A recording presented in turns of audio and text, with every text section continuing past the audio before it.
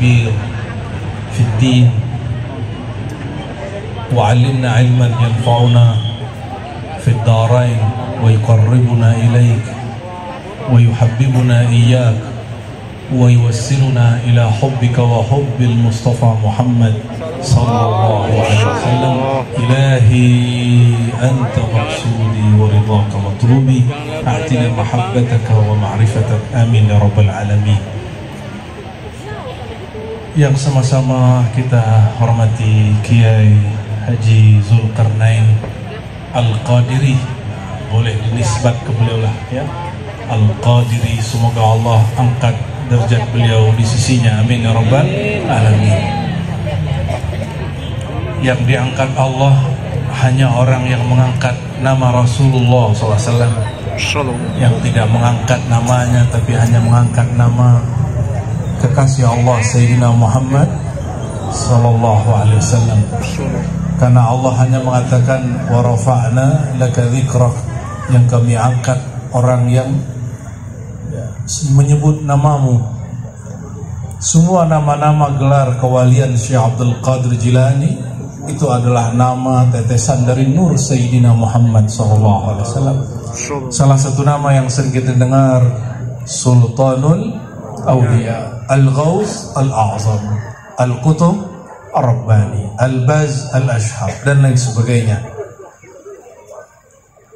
Melalui jalan-jalan mereka lah yang turun ke guru-guru kita, masyayikh kita. Kalau di Banten, Jawa Barat ada Abah Abu Yagana, ada Abah Ahmad Sukanta yang berguru kepada Syekhul Masyayikh Mama Kazim atau Asy-Syeikh Ahmad Kazim Al-Qadiri An-Naqsyabandi, yang bersambung silsilah sanadnya kepada Syekhul Masyayikh Al-Qutub Ar-Rabbani Abdul Qadir Al-Jilani.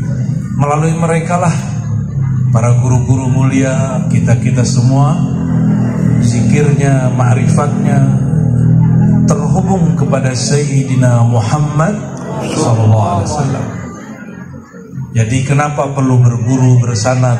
Untuk memastikan dan menggaransikan bahwa zikir kita ini ada panduannya sampai ke hadiratul hadirah Sayyidina Muhammad sallallahu alaihi wasallam. Maka beruntunglah orang punya guru. Kata Nabi SAW, tuba liman ra'ani wa liman ra'a man ra'ani wa liman ra'a man ra'a man ra'a man ra'a man ra'ani sab'a marrat. Hadis ini sahih dari Imam Ahmad. Beruntunglah orang yang memandangku, menatapku dan beriman kepadaku. Beruntunglah orang yang menatap orang yang tidak jumpa aku tapi menatap orang yang jumpa denganku. Begitulah terus sampai kiamat. Nabi disebutkan di situ menyebut sampai 7 kali 7 generasi. Litaktsir menunjukkan banyak bahwa itu berlaku sampai kiamat. Maka kami pun mendapat riwayat sanad hadis ini dan ijazahnya dari guru-guru murid-murid Syekhana Syekhul Masyayikh Syekh Yasin Al-Fadani yang memegang puluhan sanad thariqah di Mekah. Beliau mengatakan, ra'aitu syaikhi, aku memandang guruku. Lalu disebutkanlah hadis ini.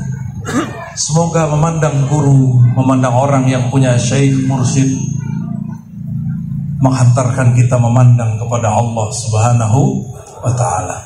Jangan lagi pandang diri. Jangan katakan kalau dia nih wali pasti tahu namaku. Jangan ngomong begitu lagi. Jangan kemudian mengancam seperti itu.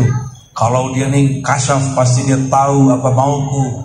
Kalimat-kalimat begitu tidak pantas dikalamkan seseorang yang merindukan jumpa Allah, jumpa Rasulullah sallallahu alaihi wasallam. Kita barusan saja baca khatam ya. Khatam apa namanya? Khatam kha, sebenarnya bacanya khojakan, bukan khawajakan.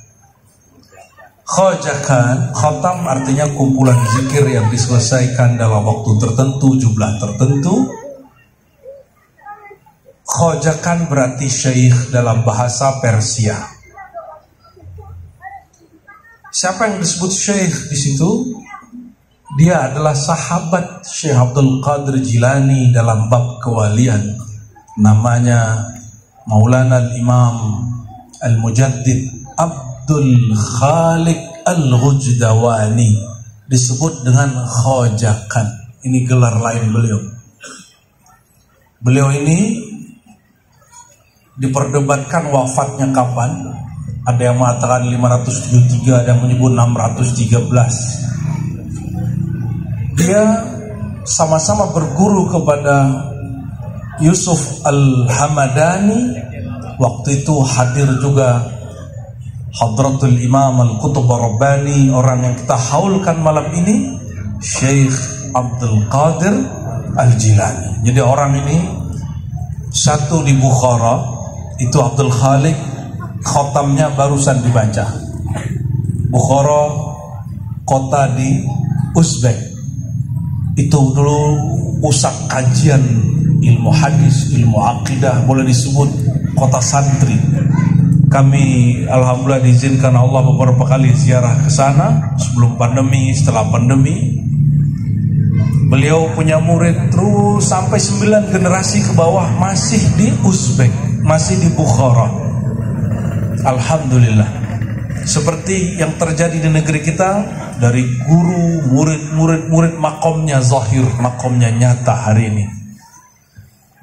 Sedangkan di Baghdad, Al-Qutub Rabbani, Qutubul Aqtab, Sayyidina Syekh Abdul Qadir Jilani, beliau menzahirkan kewaliannya belakangan. Dia udah tua.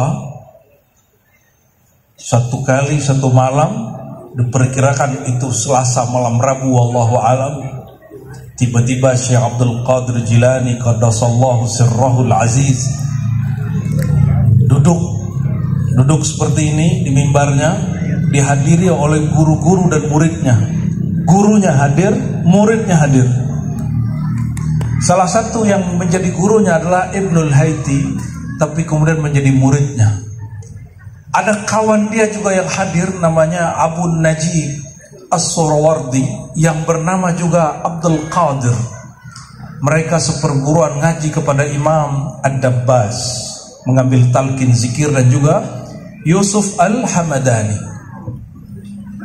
Mereka ini, saudara-saudari sekalian, mendengarkan nisbat kewalian Syekh Abdul Qadir Jilani malam itu. Apa kata Syekh Abdul Qadir Jilani? Tahukah kalian siapa aku? Semuanya menunggu apa yang bakal turun ilham kepada Syekh Abdul Qadir Al-Jilani. Lalu beliau halnya keluar yang ditahan-tahan selama ini, telah dapat izin dari Allah untuk mendeklarasikan kewaliannya. Jadi kalau ada orang mengatakan wali itu, gak ada ngomong dia wali. Ente gak tahu ilmunya para aulia. Para aulia ada yang mastur, ada yang masyhur. Sebagaimana para nabi mengatakan akulah nabi, begitu juga wali juga ada mengatakan akulah wali.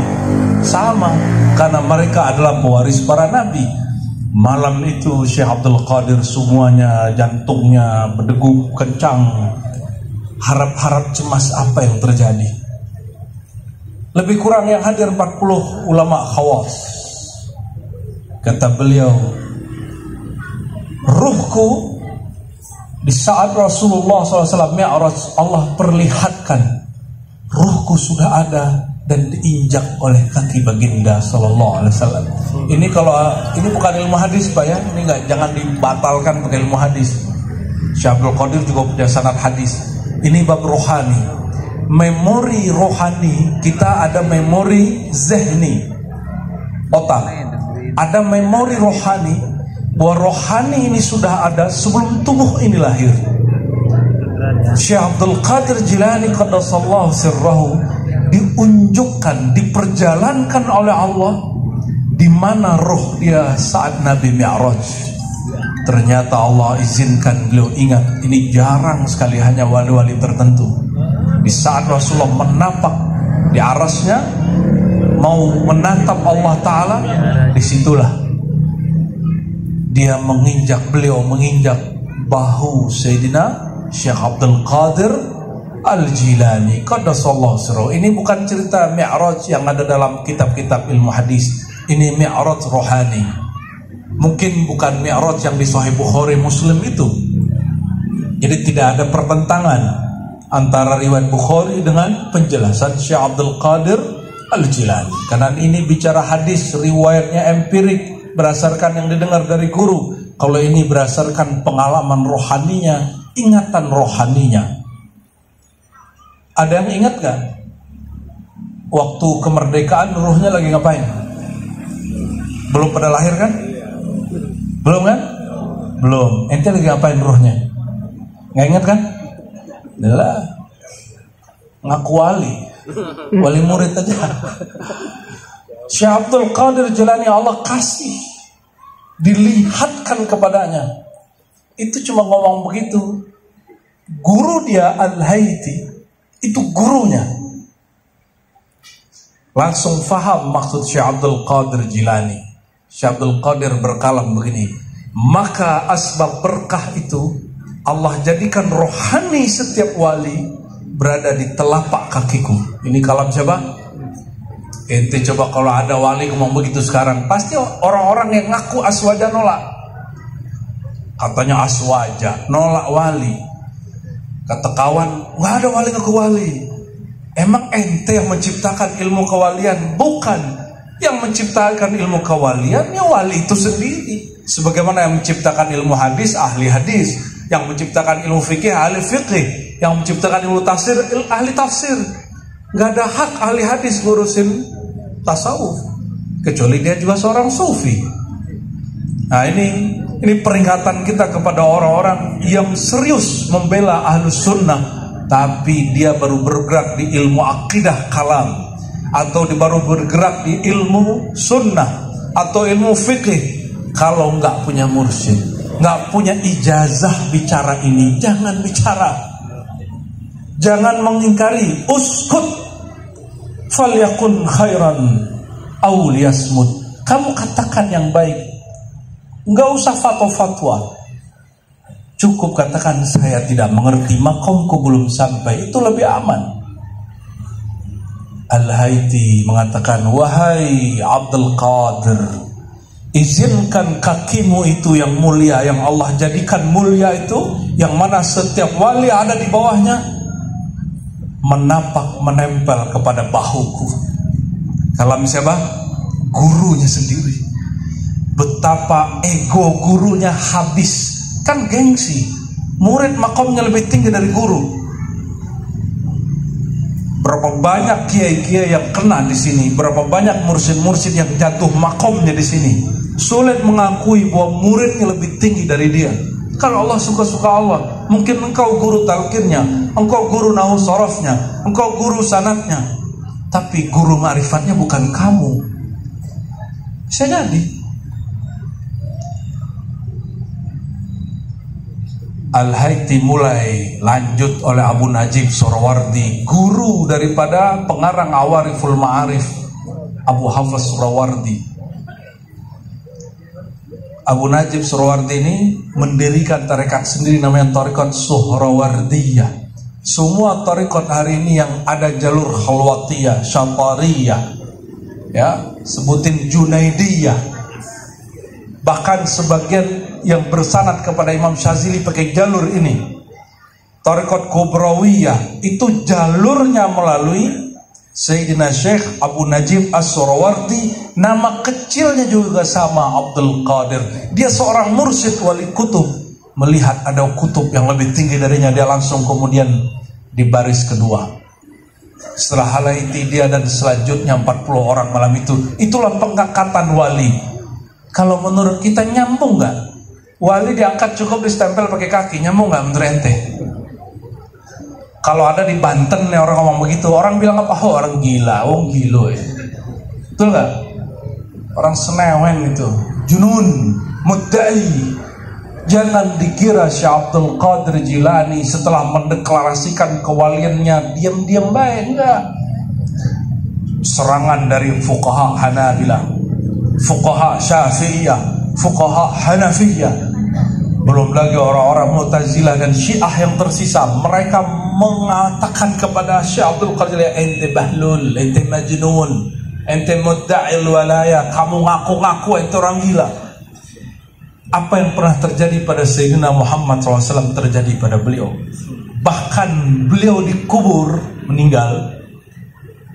Anggaplah ini zawiyah Syekh Abdul Qadir Jilani, madrasah dia. Pewakafnya berwakaf ini untuk madrasah oleh orang-orang Hanbali. Dia juga bermazhab Hanbali. Dicari kesalahannya di bab wakaf. Apa yang disyaratkan pewakaf, hanya itu yang boleh dilakukan. Tidak disebutkan di lafaz wakafnya boleh memakamkan kiai. Meninggallah beberapa muridnya di pemerintahan ganti. Muridnya itu murid dari orang yang hasad kepada Syekh Abdul Qadir Jilani sedari hidup.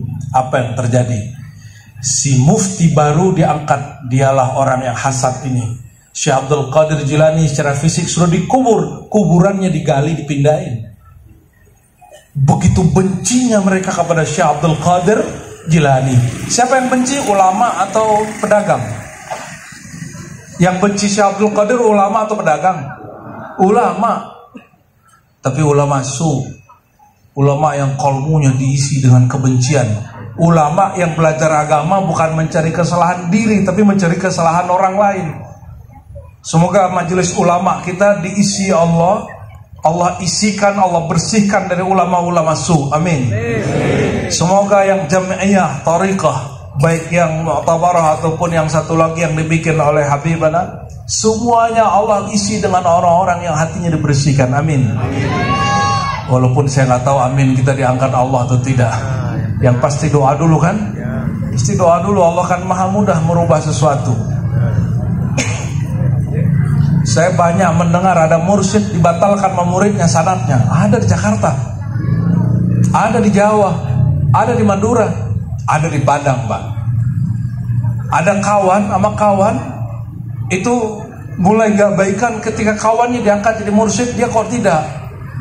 Kata dia, loh, makomnya belum sampai kau sudah diangkat guru. Berarti ini kawan sedang mengingkari gurunya. Betul gak? Mereka lupa itu. Kalau antum pernah begitu, tobat kepada Allah Subhanahu wa ta'ala. Syekh Abdul Qadir Jilani qaddasallahu sirrahu, yang sampai hari ini kebanyakan hanya zikir wiridan yang sudah diinovasi. Adapun kajian ma'rifatullahnya sudah banyak yang ditinggalkan. Maka orang kemudian mengatakan, gak usah baca kitab Fathur Rabbani, ketinggian. Gak usah baca Sirrul Asrar, ketinggian. Gak usah baca Futhul Ghaib, ketinggian. Udah itu zikir-zikir aja, syariat-syariat aja. Ada ulama ngomong begitu? Banyak? Ya salam. Ada di sini. Waduh, kasihan tuh orangnya. Kalau ada ente tobat aja lah ya. Tobat itu bukan hanya dari dosa mata, telinga, lisan, kemaluan, perut, kaki. Tidak hanya itu. Ada dosa menghalangi orang mendapatkan kebenaran. Ada dosa meremehkan orang lain. Hati-hati. Hati-hati. Syekh Abdul Qadir Jilani, gurunya meninggal. Beliau ini bukan asli Arab, walaupun zuriat Rasulullah. Aslinya dari negeri Jilan. Negeri Jilan ini sekarang lebih kurang di Iran ya, perbatasan Irak lah. Mungkin Irak-Iran, saya nggak tahu tepatnya di mana hari ini. Jilan atau Kilan. Maka ada yang sebagian nulis Al-Kailani, ada Jailani, tapi ada syekh dari Turki menyebutnya Tailani. Terserah, yang penting belakangnya Lani. Beliau hijrah dengan orang tuanya, keluarganya ke Baghdad. Baghdad itu seperti Jakarta hari ini. Ulamanya banyak, bangunannya banyak, kemajuannya banyak, pesantrennya ada, maksiat di situ, wali juga di situ. Syekh Abdul Qadir Jilani belajar di situ dua mazhab, mazhab Hanbali, mazhab Syafi'i. Maka dia yufti bimazhabain. Dia berfatwa dengan dua mazhab. Ada yang sanggup dua mazhab di sini? Matan takrib aja belum khatam ya. Mau fatwa dua mazhab itu. Apalagi yang ngaku saya tak bermazhab. Satu mazhab pun belum engkau pelajari, terus ngaku tidak bermazhab. Syekh Abdul Qadir Jilani juga belajar akidah, belajar hadis, imam sunnah, imam dalam bab sunnah. Ini bukan sunnah yang dikerjakan berpahala, ditinggalkan tak apa-apa. Itu orang gak ngerti sunnah. Sunnah itu sesuatu ajaran Rasulullah yang diriwayatkan. Itu yang disebut sunnah.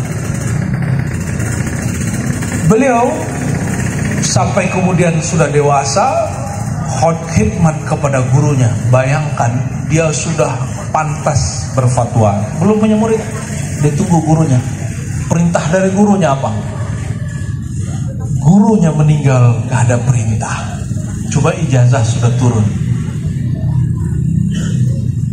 Datanglah murid-murid dari gurunya meminta, wahai Tuan Syekh Abdul Qadir Jilani yang paling tahu makom gurumu engkau, yang paling mewarisi ilmu gurumu engkau, tolong gantikan beliau mengajar di madrasah ini. Apa jawaban Syekh Abdul Qadir? Tunggu, aku lagi nunggu perintah yang lain, perintah yang lebih tinggi. Ente pasti gak percaya kalau ini terjadi hari ini, tapi inilah manhaj dari salah satu guru Kiai antum ini, Kiai Zulkarnain, yang sangat mutasyaddid, yang sangat ketat ngangkat murid menjadi pelanjut, sehingga ketika wafat pun belum ada yang layak menurut beliau dan tidak diangkat seorang pun, yaitu Maulana Syekh Abah Ahmad Sukanta. Ada yang pernah dengar? Yang fotonya sering kita lihat, gasnya luar biasa, sezaman dengan Abah Anom, cuma beda karakter. Satu wong Banten, satu kurang Sunda, lain. Sunda Banten sama Sunda Tasik beda. Ngomong aingnya udah beda. Kaget-kaget kita kalau sampai di Banten ngomong aing. Apa kata Syekh Abdul Qadir Jilani? Aku menunggu isyarat Sayyidul Wujud, isyarat dari penghulu alam semesta ini, karena dia masih ada. Oh, begitu makom dia. Sampai satu hari, satu malam, entah beliau lagi zikir, entah lagi tidur, entah ketiduran lagi zikir, wallahu alam, tiba-tiba Allah pertemukan dia dengan Sayyidul Wujud, Sayyidina Muhammad sallallahu alaihi wasallam. Rasulullah berkalam, "Kallim ya Abdul Qadir." Wahai Abdul Qadir, mulailah engkau mengajar. Kallim, bahasanya kalim, berbicaralah engkau, kok diam-diam baik. Ini yang ditunggu-tunggu beliau. Minta rukhsah. Ya Rasulullah, ya Sayyidul Wujud, lastu bi Arabiyyin, ana ajami. Aku bukan Arab murni, aku ini orang Arab campuran, yang bahasanya bahasa Ajam, Persia, Arab, campur-campur, lidahku keluh. Kata Nabi, kallim. Minta uzur lagi, ya Sayyidina ya Rasulullah, ana ajami walastu Arabi. Kata Nabi, kallim. Yang ketiga dia terbangun, dia sadar. Barulah dia kemudian menjawab permintaan murid-muridnya. Dia bukalah majelis. Majelis itulah kemudian menjadi satu kitab, judulnya Al-Fathur Rabbani. Itu gelar kawaliannya, penyingkapan dari Allah Subhanahu wa ta'ala melalui perintah Rasulullah SAW. Dia protes sama ahli hadis, mimpi ente halu. Kan ada juga orang Banten, Kiai, datang ke saya mau berantas halu. Kalau kita buka kisah begini kan dia mau berantas Syekh Abdul Qadir Jilani nih. Bahkan kalau Rasulullah hidup di zamannya mungkin dia mau berantas Rasulullah. Karena Rasulullah semua wahyu itu khayali, semua wahyu itu khayal. Tapi khayal terbagi dua. Ada khayal hakiki yang bersumber dari Allah, ada khayal hissi yang bersumber dari alam yang fana ini. Nggak tahu ilmunya mau berantas. Di kitab itulah beliau bercerita yang tidak diceritakan di sebagian besar kitab manaqib. Di kitab manaqib, kisah yang paling masyhur, beliau didatangi oleh cahaya yang berlipat cahaya, berlapiskan cahaya, betul? Dan dia mengatakan, ana rabbuka. Abdul Qadir, aku Tuhanmu. Maka semenjak hari ini kullu haram, kullu muharramat halalun lak. Fa'abahtu lakal muharramat. Begitu dalam satu riwayat, semua yang haram dalam syariat halal bagimu karena engkau sudah jadi wali. Waduh. Syekh Abdul Qadir ahli aqidah, dia mufti, dia ahli hadis. Kata dia apa? Aku kira kau Tuhan beneran bertajalli, bermazhar. Ternyata ini mazhar syaitani, bukan mazhar rabbani. Apa kata Allah? Ya syaitan al-la'in ar-rajim, iyyak anni, pergilah dariku. Ngomong lagi tuh setan. Oh, setan bisa ngomong Pak, nyamar jadi Tuhan. Perhatikan, syaitan diizinkan nyamar jadi Tuhan karena Tuhan tidak pernah orang berjumpa kecuali ruhnya menatap, itu ruh Sayyidina Muhammad SAW. Tapi Allah kasih jaminan tidak ada namanya penyerupaan syaitan kepada rupa Sayyidina Muhammad, karena beliau berzahir dalam bentuk manusia dan wajahnya wajah nur. Akhirnya syaitan yang menyamar jadi Tuhan berkalam lagi. Perhatikan, bocil, halo, tole, dengerin. Semoga kalian jadi wali Allah nanti ya. Coba kasih tahu bocil-bocil ini biar mereka cinta Syekh Abdul Qadir Jilani. Berkata syaitan kedua kalinya, ya Abdul Qadir, najauta minni bi'ilmik. Wah, ini ngeri kali nih. Ini lebih berat dari yang pertama. Abdul Qadir, kamu memang hebat. Karena hebat ilmumu, kamu selamat dari godaanku dan tipuanku. Coba kalau digituin gimana Pak? GR gak kita? Ente memang mursyid gitu. Ente memang ahli thariqat, zikirmu banyak. Ente memang begituin. Datang ibu-ibu ke saya ngomong gini, Buya, Anda kan ahli kasyaf, tolong cek isi hati saya. Dan cek saya berguru ke fulan-fulan, tolong teropong hati dia. Waduh, saya langsung tanya ke hati nurani ya. Karena Rasulullah mengatakan istafti kolbak, minta fatwa ke dalam kolbumu. Ditegur di sini, hati-hati, lidah perempuan ini sedang dipinjam oleh syaitan.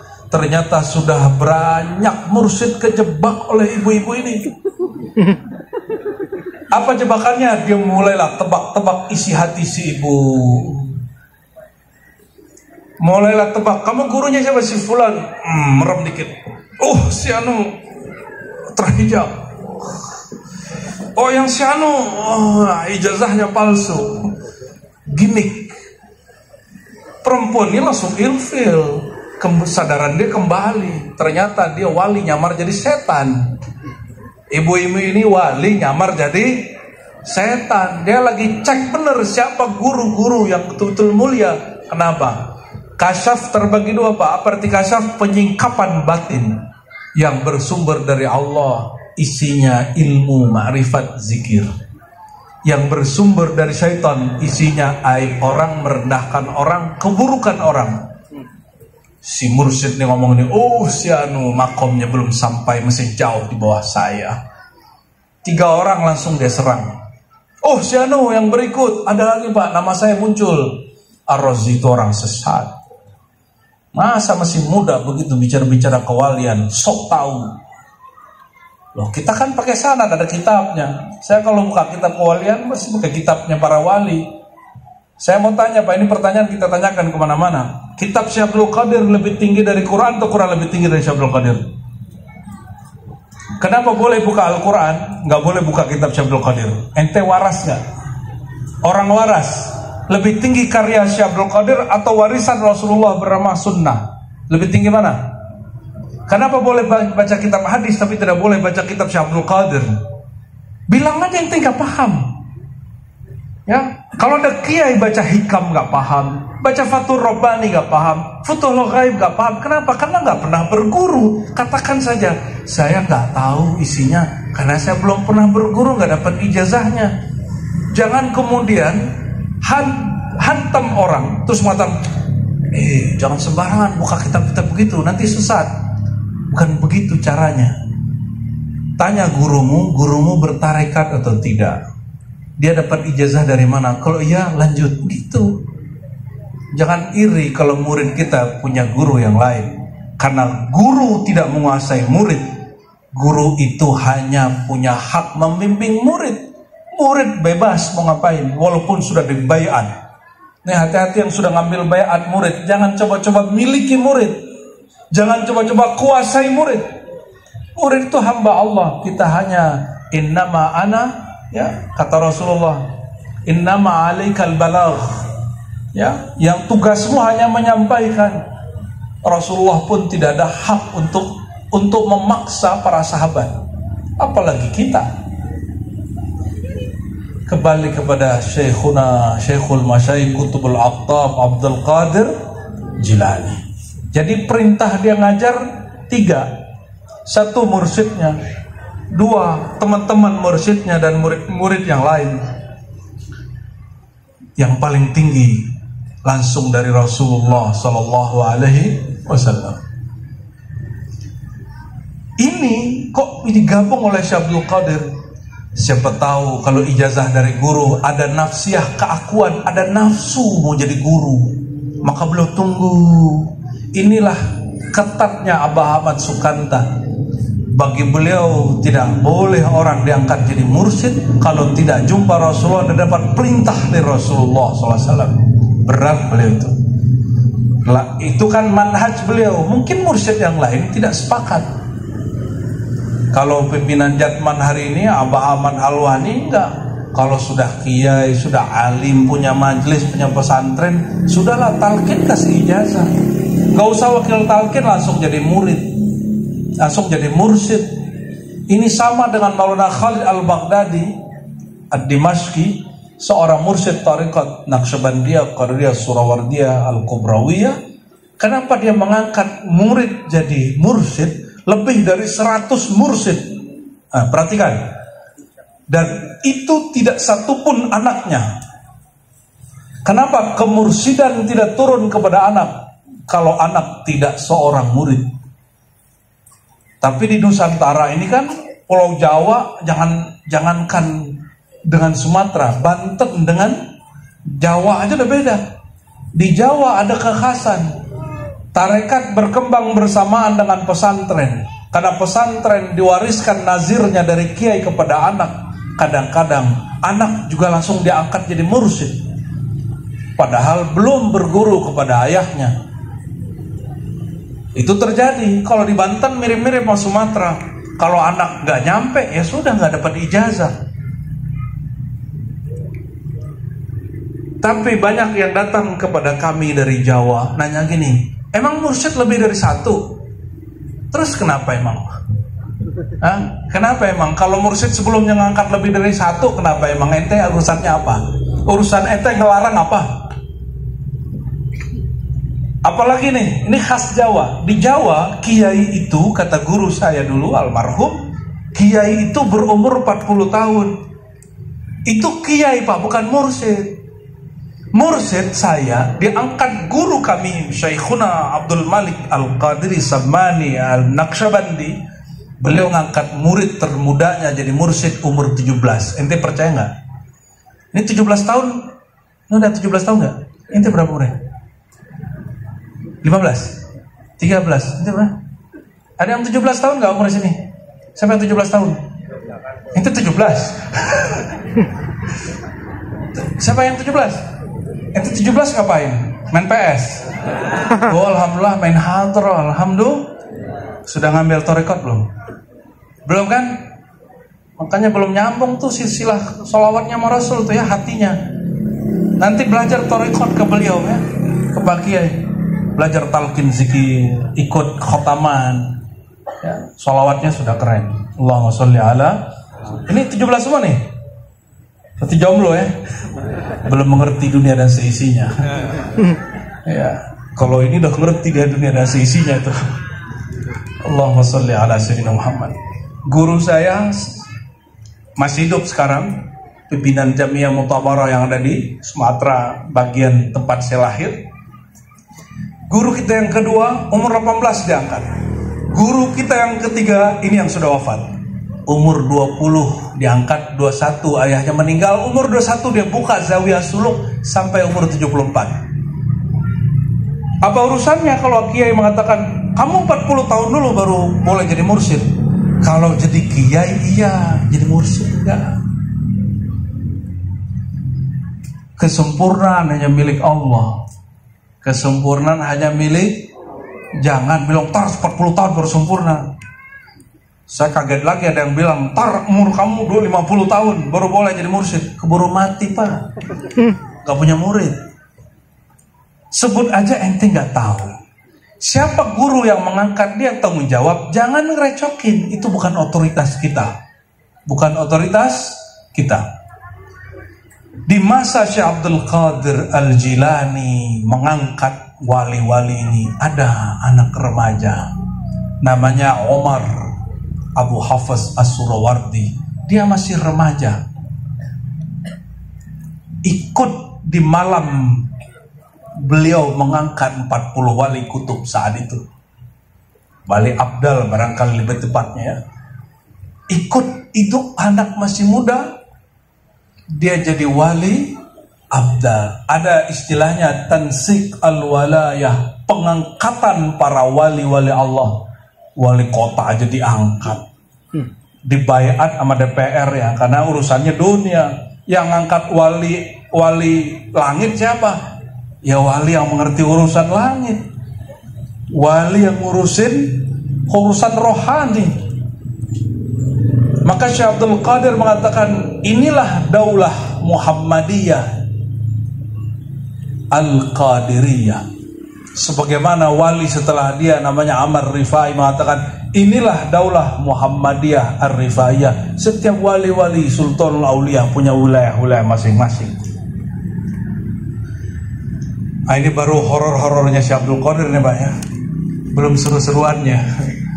Apa yang saya sampaikan tadi di kitab Manaqib, kebanyakan orang hanya menceritakan perjumpaan Syekh Abdul Qadir dengan Tuhan palsu. Tapi kalau Bapak Ibu ada yang mampu baca kitab, coba cari kitab Al-Fathur Rabbani, kayaknya sudah ada terjemahannya bagi yang tidak bisa bahasa Arab. Beliau menyebutkan di kitab yang sama, di bab yang hampir berdekatan, bahkan satu fasal, satu majlis, perjumpaannya dengan Allah minimal 2 kali. Perjumpaannya persis seperti Nabi Musa berjumpa dengan Allah dan Allah mengatakan, "Hai Musa, ana rabbuka, akulah Rabbmu." Begitu juga kepada Syekh Abdul Qadir Jilani. Juga sama. Sebagaimana Nabi Musa dipanggil Allah, "Hai Musa, innani ana Allah la ilaha illa ana." Hai Musa, sungguhnya aku inilah Allah, dan lain sebagainya. Jadi kau Syekh Abdul Qadir tahu yang tadi Tuhan palsu karena beliau sudah bertemu Allah yang aslinya. Itu sebenarnya jawaban yang sebenarnya. Kok beliau bisa tahu? Berkatalah Sidi Ahmad Tijani, siapa yang diberikan musyahadah kepada Allah, jumpa dengan Allah, maka selama-lamanya dia dianggap berjumpa. Kok bisa begitu? Allah itu baru atau qadim? Ada yang tahu? Baharu seperti alam, atau Allah tidak terikat hukum alam, tidak terikat waktu? Yang mana?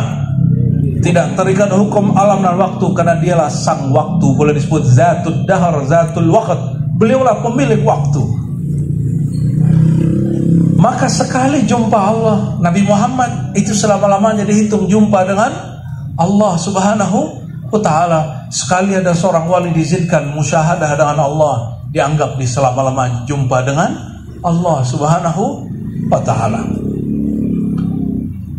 Barulah kemudian ilmu ma'rifatnya berkembang di generasi pertama, kedua, redup lagi sampai datang Imam Al-Qushasi Al-Qurani di Mekah Madinah, mengajarkan kembali rahasia beliau dan berjudul kitabnya Sirrul Asrar, dibuka oleh Ruh Sultani, Ruh Nabati, Ruh Haiwani, Ruwani, dibahas oleh beliau. Intinya apa? Sejak saat itu mulai ada kebangkitan thariqah ini lagi untuk kesekian kalinya. Jika engkau ingin kenal Allah, Maka mulailah dengan dua cara. Nah, inilah penutupan dan inti dari kajian kita. Bisa jadi panjang, bisa jadi pendek ini Pak. Dua cara untuk kembali kepada Allah. Apa itu? At-taubah wat-talqin. Sebagaimana dinukil dari kitab Sirrul Asrar. Taubat, yang kedua apa? Talqin. Taubat itu gimana? Taubat itu apa? Lu tobat gitu ya. Kita kalau ngeliat teman kita soleh, kita bilang apa? Lu tobat. Bukan itu Pak tobat. Ya. At-taubatu huwan nadam. Tobat itu pengakuan dosa kepada Allah.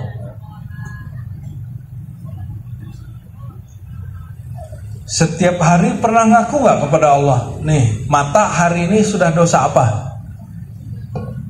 Telinga sudah dosa apa? Jadi katakan, ya Allah, ampuni dosa mataku. Hari ini aku memandang kepada yang cantik dan aku nafsu. Ya Allah, ampuni dosa telingaku, pendengaranku. Hari ini aku dengar aib saudaraku sendiri dan aku menikmati ngobrolin dia. Lebih parah lagi, ini ujian murid, dengerin gosip tentang gurunya. Gurunya begini, begitu, apalagi gurunya kawin lagi. Oh, itu paling berat bagi murid. Ya, apalagi ente suka sama orangnya. Itu terjadi di mana-mana. Belum lagi gurunya berpolitik. Di tempat saya, mursyid-mursyid digoda oleh orang partai politik. Apa kata orang partai politik nih? Buya, kalau bukan engkau siapa lagi yang ngurusin politik ini? Orang-orang jahat semua itu di DPR itu. Kata si Buya, oh bener juga ya, kalau bukan Anies siapa lagi? Ketipu dia. Dia gak punya sanad politik, gak punya guru politik, kecuali dia pernah belajar politik kepada seorang syekh, atau dia pernah aktif di suatu organisasi. Masuklah 3 bulan masuk, 3 tahun masuk KPK. Ternyata Pak, mau wali, mau malaikat, kalau ketemu proyek-proyek begitu lewat Pak. Bedanya dia tahu cara balik, itu aja. Kalau ente yang jadi anggota dapat proyek begitu, cara baliknya bingung.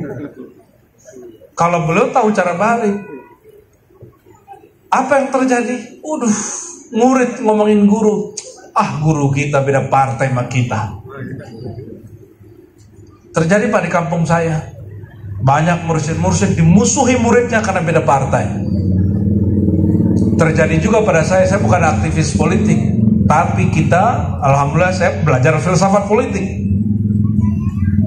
Kita punya pendirian. Waktu dulu kita dipaksa ikut Ustadz tuh harus coblos A. Kita bilang nggak ada. Ketika orang nyoblos A, saya nyoblos B. Ya. Sampai dia terpilih jadi presiden sekarang. Ya. Orang kita diketawain Pak waktu itu. Kita bilang tenang, ente lihat aja. Ya. Nunggu time-nya. Di saat saya tetap nyoblos, dia nyoblos yang lain. Nyoblos yang diangkat Imam Mahdi oleh seorang yang mengaku mursyid. Ini gak ngaku Imam Mahdi Pak, jadi cuma jenderal doang. Kalah Imam Mahdi sama jenderal. Allahumma sholli ala sayyidina Muhammad ya. Itu serba-serbi tarekat tuh ya. Terjadi di dunia tarekat, di dunia kita, di dunia tasawuf. Kita mau nutupin ini gimana? Gak bisa. Makanya perhatikan, tadi taubat. Taubat itu pengakuan dosa. Dosa itu ada yang zahir, ada yang batin. Coba hari ini iri gak dengan seseorang? Hari ini masuk majelis, mandang orang makomnya di bawah kita gak? Jujur, adakah terbersit? Hari ini duduk, ketemu orang, jumpa orang, terus merasa kita ini lebih mulia dari dia. Ada? Kalau ada, batin ente berdosa sudah. Itu yang membuat kalimatullah gak masuk-masuk. Nur itu mirip-mirip dia seperti udara, seperti air. Dia hanya mengalir ke tempat yang rendah. Nurullah itu juga sama, dia energi. Energi dari an-nur zati Rasulullah SAW, dari zatun nur Allah Subhanahu wa ta'ala hanya mengalir kepada qalbu yang merendah. Itu sebabnya kata Syekh Abdul Qadir Jilani, aksarun nas tawadu'an, diulang oleh Imam Sya'rani, orang yang paling tawadu itu adalah Nabi Muhammad SAW. Nabi yang telah jumpa Allah tidak pernah menganggap dirinya lebih tinggi makom dari orang. Ente yang ngeliat orang gak bertarekat, gak ikut zikiran gimana? Merasa dia gak ikut zikiran gitu gak? Atau orang beda tarekat sama kita? Atau mohon maaf gak ada lambang-lambang itu di situ? Ini motor baru nih ya, kayaknya proyek baru nih, bisa kita kerjain nih gitu. Begitu nggak? Jangan. Apapun tarekatmu, ajaranmu, siapapun mursyidmu, kalau ada orang baru, akrimud duyuf. Kalau engkau benar percaya Allah dan Rasulullah, muliakan tamu. Jangan kerjain.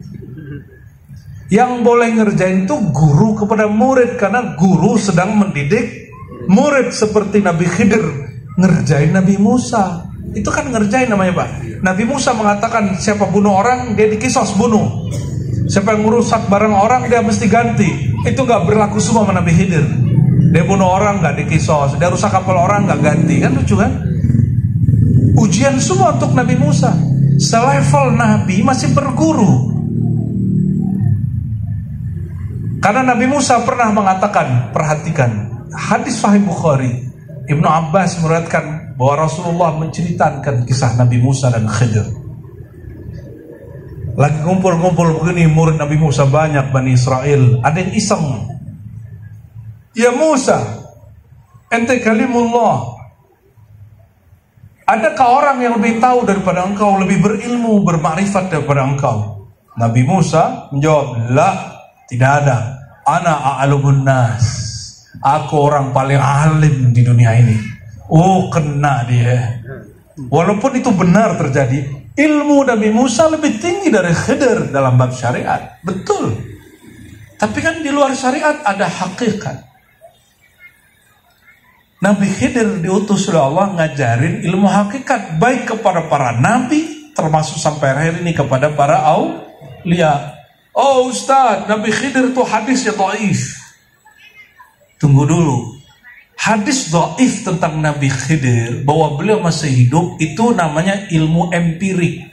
Berdasarkan penemuan mata, telinga, tidak ditemukan bukti Nabi Khidir masih hidup dalam hadis.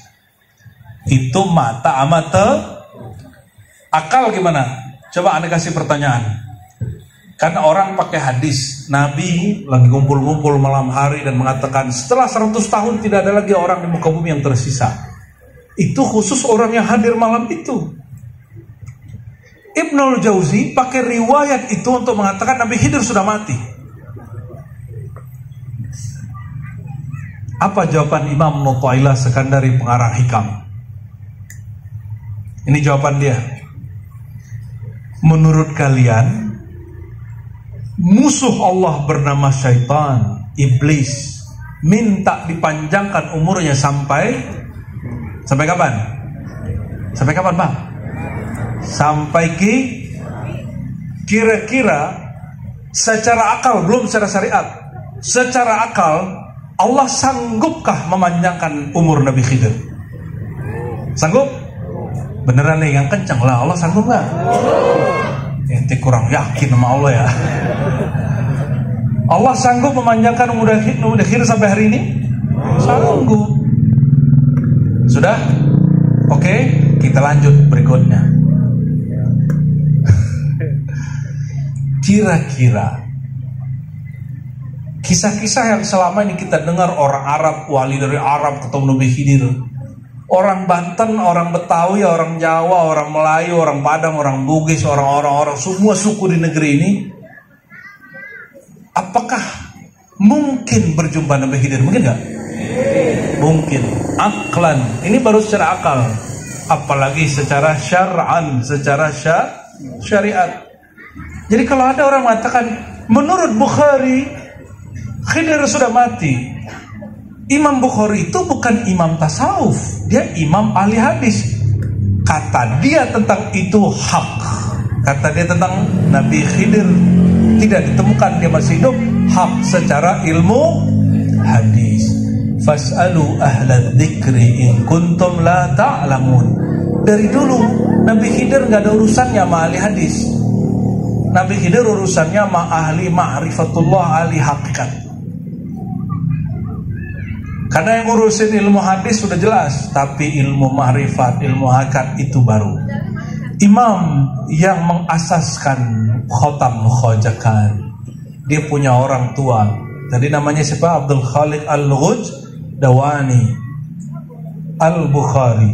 Beliau punya ayah namanya Al-Syekh Al-Faqih Abdul Jamil. Syekh Abdul Jamil ini berguru langsung kepada Nabi Allah Khidir. Kata Nabi Khidir, kalau anak mau lahir fasammihi Abdul Khaliq, kasih nama dia Abdul Khaliq.